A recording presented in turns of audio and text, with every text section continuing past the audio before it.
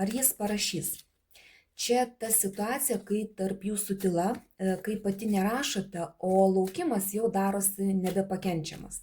Na ir pasižiūrim, ką pasakys kortos. Ar jis parašys?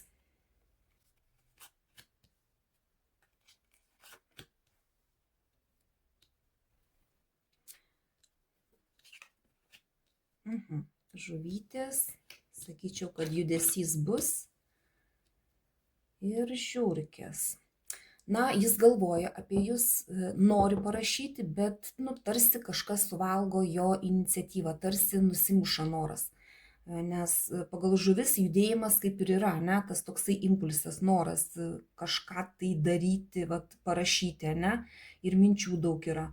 Bet žiurkės kažkaip tai suvalgo tą jo iniciatyvą.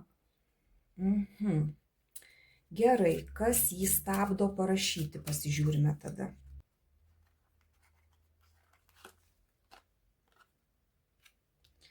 Kalnas. Na, jis stabdo ne šiaip abejonę, ne jūs, o jo paties vidus.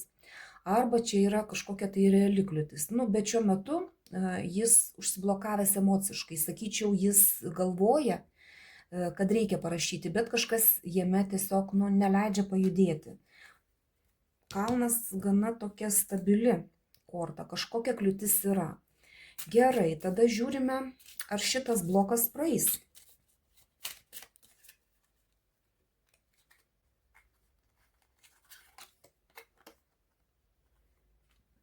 Puokštė, tai praeis, bet be spaudimo.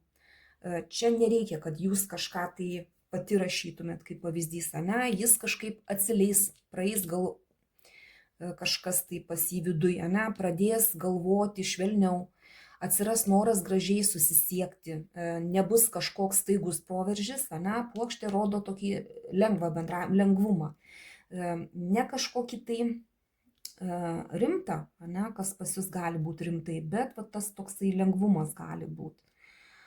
Gerai, tada pasižiūrim, kas inicijuos tą kontaktą.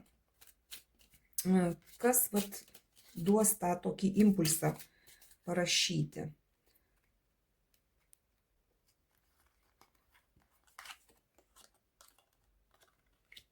Raktas. Na, tai įvyks ne atsitiktinai, o sąmoningai, nusprendus, apgalvojus viską, ir tai ne impulsas, tipo parašysiu iš nuobodulio, iš neturėjimo ką veikti, ne, tai apgalvotas veiksmas. Kai viduje pagaliau apsispręs, kažką tai jisai stipriai labai pergalvoja. Gerai, dar tada pasižiūrim, koks bus tas kontaktas, ne? Nes čia taip įdomiai kortos krenta, kažkas tai jam neduoda.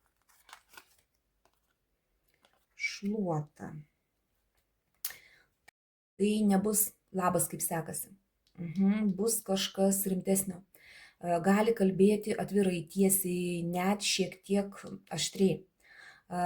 Gali pagaliau pasakyti, ką galvoja. Gali būti net priekaištai kažkokie, tiesa be vyniojimo į vatą.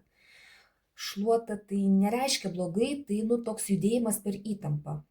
Ir tai geriau negu tyla. Jis parašys, bet ne tam, kad paplepėtų, ne, o tam, kad išsiaiškintų. Ir tai nebus lengvas pokalbis. Bet žinodama, kad laukia nelengvas pokalbis, jūs jau galite emociškai pasiruošti tam.